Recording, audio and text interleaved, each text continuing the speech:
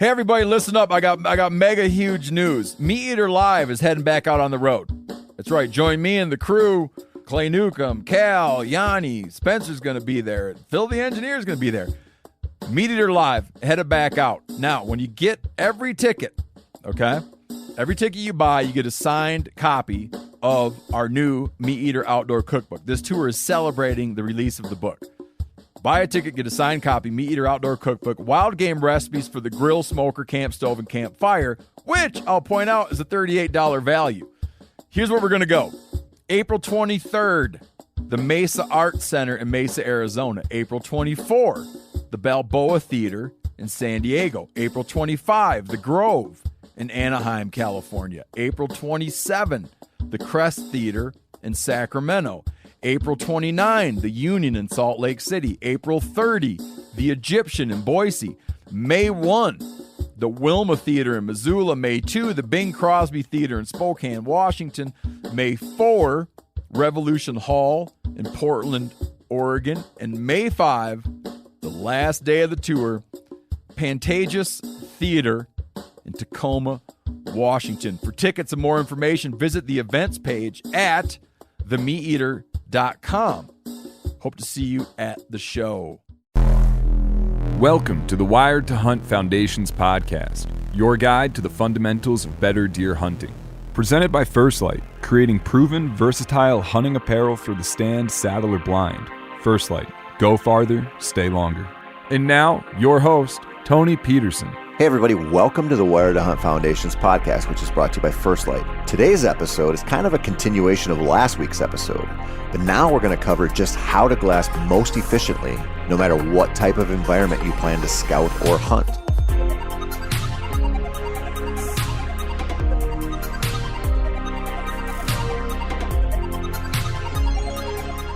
Glassing is an art, but art exists on a spectrum. Your kids' finger paintings might end up on a fridge, in an overzealous display of their burgeoning abilities. But they aren't likely to fetch a couple 100,000 G's at a fancy New York auction house.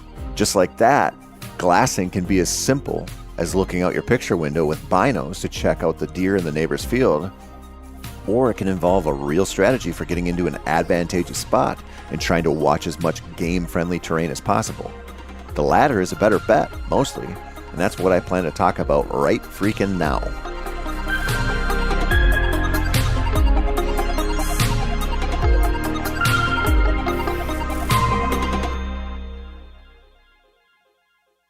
We're lucky to have a destination trailer on a little plot of land in northern Minnesota that allows us to live the lake cabin kind of lifestyle without the price tag of actually having a real cabin on a lake.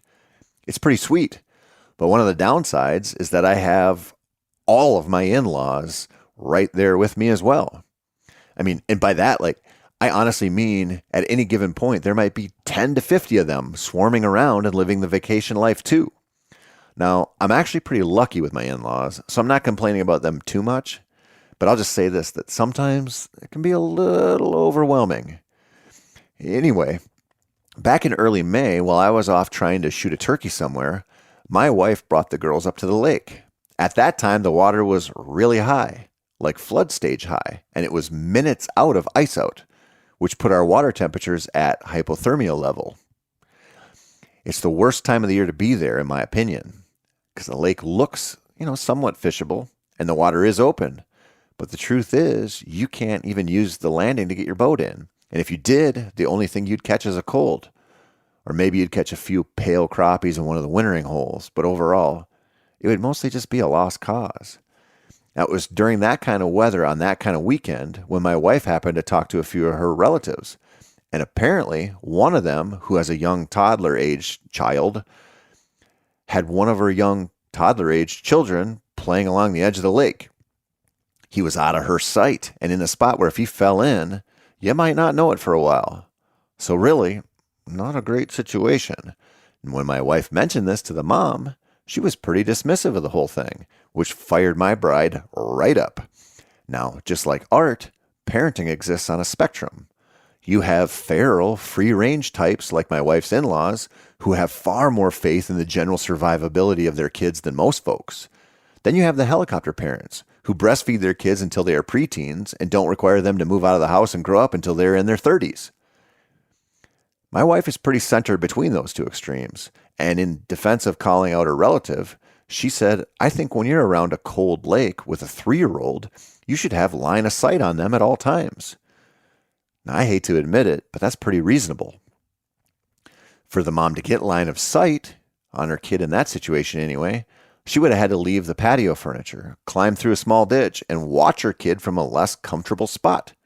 She opted to stay put, and now her and my wife have to mean mug each other when they're together, and I have to pretend like I don't want to put rocks in my pockets and jump over her toddler into the lake so I don't have to hear about this kind of dumb shit anymore. Anyway, I'll get to my point. When we glass, we often take the easy way out. We don't think of our line of sight a whole lot. We don't think about what will spook. We just kind of do the easy thing. And we figure if we get eyes on something, that's good enough. There's a net positive. Now, there is an obvious difference between trying to glass up a mule deer to stalk versus trying to lay eyes on a couple of potential hit listers in the summer as they munch on some alfalfa or soybeans.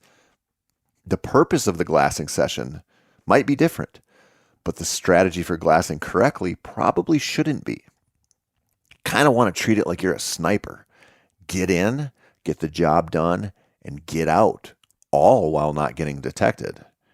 This requires planning and the idea that you shouldn't be glassing like most people. Take something that drives me a little nuts, but also works in my favor, which is glassing from a vehicle. Now listen, there are some situations where this just makes sense. If you hunt where there's a fair amount of traffic near where the animals are visible, you're probably not going to disturb anything by using a window-mounted spotting scope. But this can go south in a hurry if the animals aren't real accustomed to close proximity vehicles. There are an awful lot of places where you can see deer from your truck, but the deer do not trust a vehicle that is stopped or slowed down on a nearby road, and they're going to bolt. This is true of Western game too, even though this seems like the primary method of a lot of Western hunters to scout. I also believe, through about 7,000 different hunting experiences in my life, that most of the bigger animals you might want to take a look at and eventually shoot aren't all that comfortable being visible from the road. Pressured critters tend to find comfort in seclusion, and that might be as simple as feeding one ridge beyond the road. It might be as simple as feeding in a low spot or a tucked away corner of a field. Whatever the case, unless your quarry has proven to you that they are just fine with close vehicle traffic, assume they aren't, and then make a plan to glass from a better spot. Let me give you an example of this that kind of changed my entire thinking around using optics in the field. When I first started hunting in western North Dakota, I picked an area of river bottom I thought might hold some whitetails. To prove that my spidey senses were solid, I also looked at OnX until I found the highest point possible that looked like it would give me a good view of an awful lot of that river bottom. It was maybe a 1-mile hike in with a pretty decent North Dakota level climb to the glassing spot. So all in all, about as much effort as it takes to make oatmeal and coffee in elk camp on an average DIY hunt. When I first climbed up to the point I had marked, I realized the view was better than I expected. I could see most of like 2 miles of river bottom. I could see a private field that was teeming with critters, and I could see a big brushy flat that had mixed in sage and small patches of timber. It was probably the most fun I've ever had behind a spotter. There were whitetails everywhere, but there were also elk, mule deer, and antelope. It was also nearly impossible to get busted where I set up. In other words, it was the ideal glassing location. It let me watch deer cross the river and mark specific trees for stands, and it allowed me to see deer head back in the morning, all while staying undetected and gleaning so much actionable information. That one spot and the things I've learned from glassing there over multiple seasons has helped me fill, probably like 8 whitetail tags and at least 1 mule deer tag. It's also just one of my favorite places to be in the world. Now, that example involves a couple of things that make glassing easier. The terrain is ideal for hauling a spotter up to a point. Open country is like that. It was also, at least before EHD burned through and every single hunter in the country figured out that program, full of animals, which certainly helps your glassing efforts. But what do you do if your glassing situation isn't like that? Well, figure it out.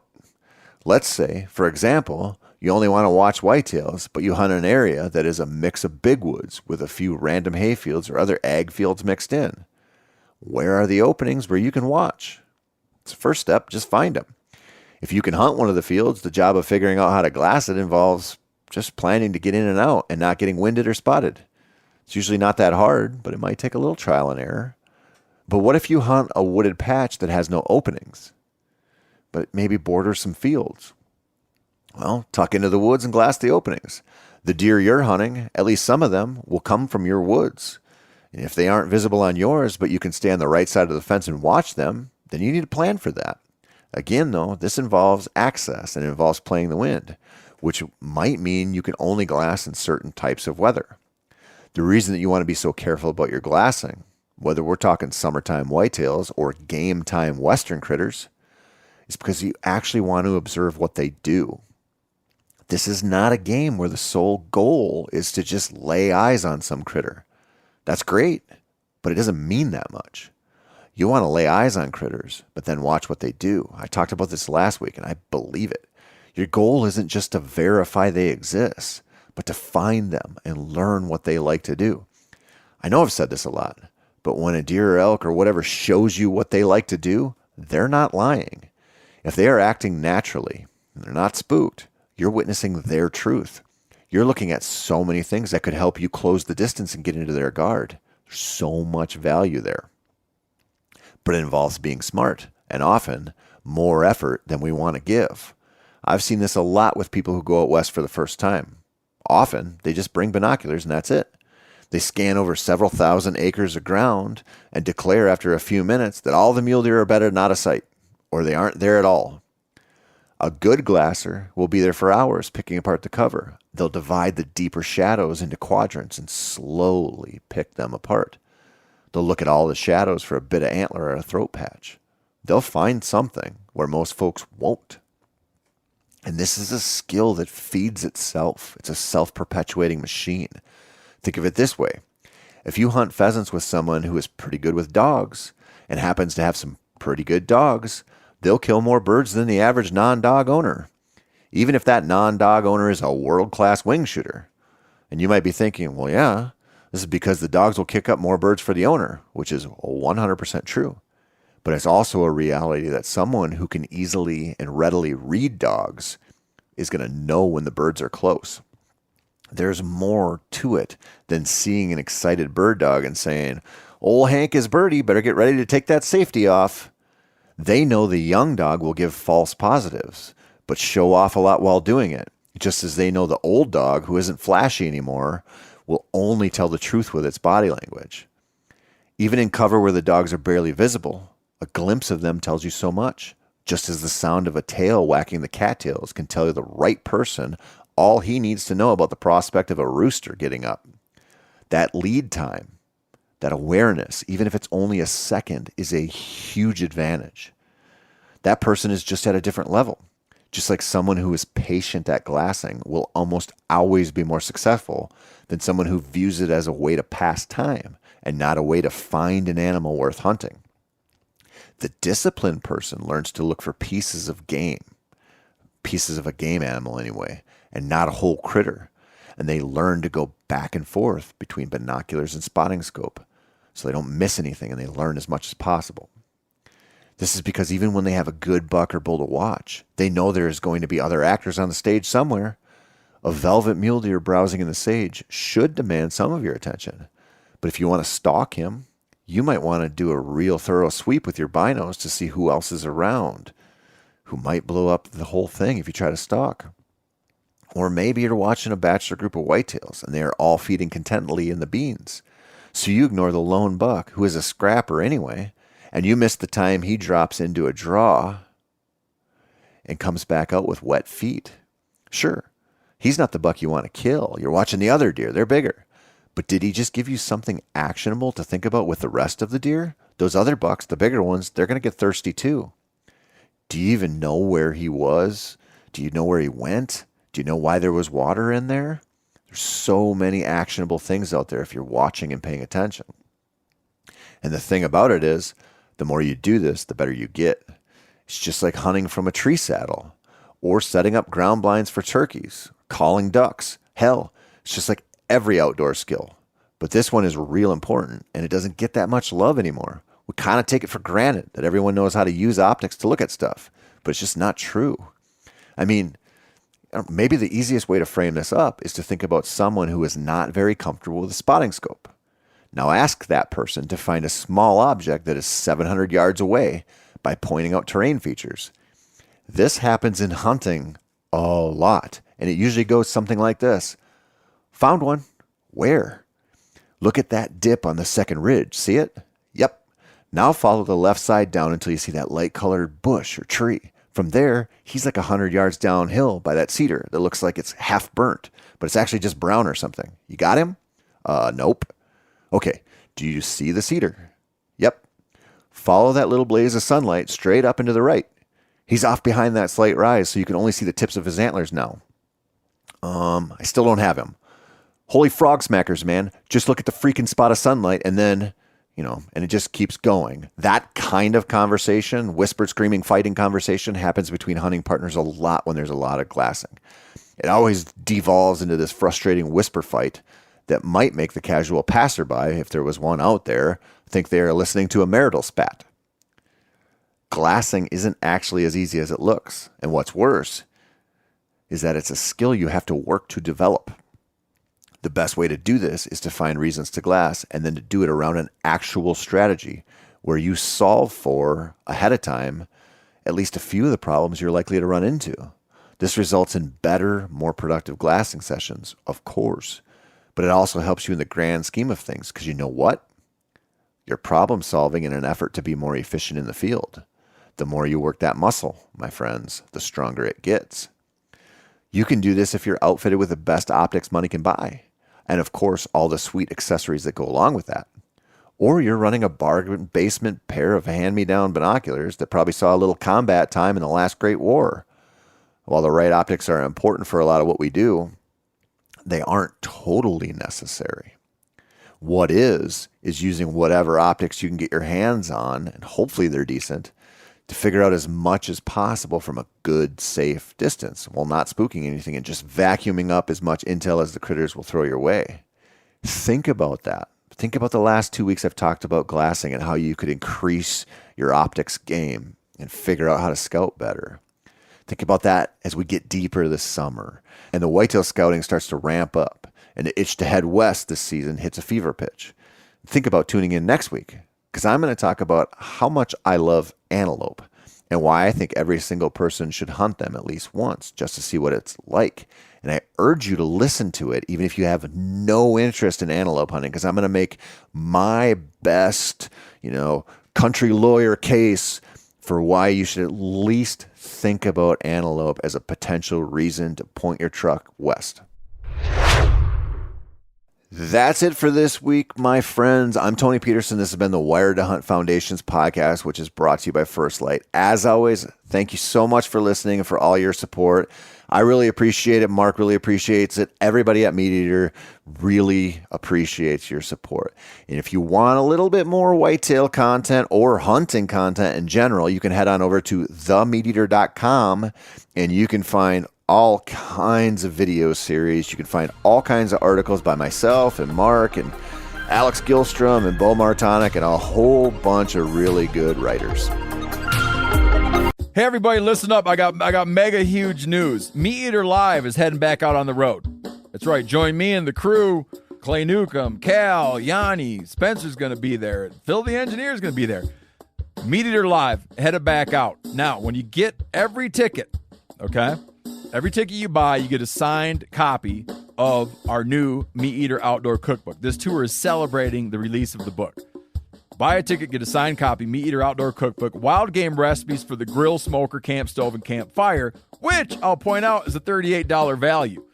Here's where we're going to go.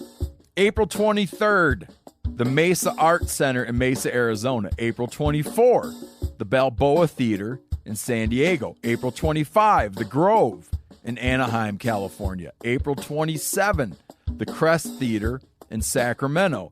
April 29, the Union in Salt Lake City. April 30, the Egyptian in Boise. May 1, The Wilma Theater in Missoula, May 2. The Bing Crosby Theater in Spokane, Washington, May 4. Revolution Hall in Portland, Oregon. And May 5, the last day of the tour, Pantages Theater in Tacoma, Washington. For tickets and more information, visit the events page at themeateater.com. Hope to see you at the show.